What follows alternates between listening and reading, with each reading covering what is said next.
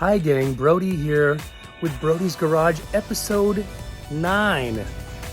Well, it's November 10th, it's about 4:30 p.m. I'm about to wrap up my day, and here's what I got done today.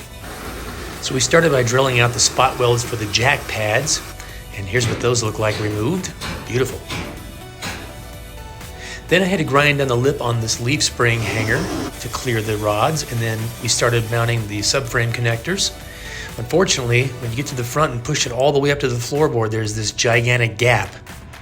There was nowhere for it to go, so the only option was to take them off, cut down the top of the flanges, and put them back on, and voila, they went flush.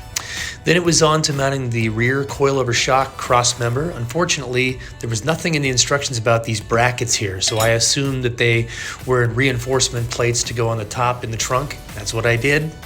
This was the finished product. We got the subframe connectors installed, and I got the rear crossmember mocked up for right now. Now then, unfortunately, I'm gonna have to go clean myself up and head to the quick care so that I can get a prescription for some prednisone pack or a steroid shot, because I have to leave tomorrow to drive to Lancaster, California to sing in my Zeppelin USA tribute show. It's a Led Zeppelin tribute group. We're performing at the Lancaster Performing Arts Center. As you can probably tell in my voice, I'm very tired and hoarse right now. I've got no stamina right now in my voice. I'm gonna see if I can get a prednisone pack because the whole family's been sick for about a week. I've been managing to dodge it for this entire time, and I probably got a little bit too cocky, and guess what?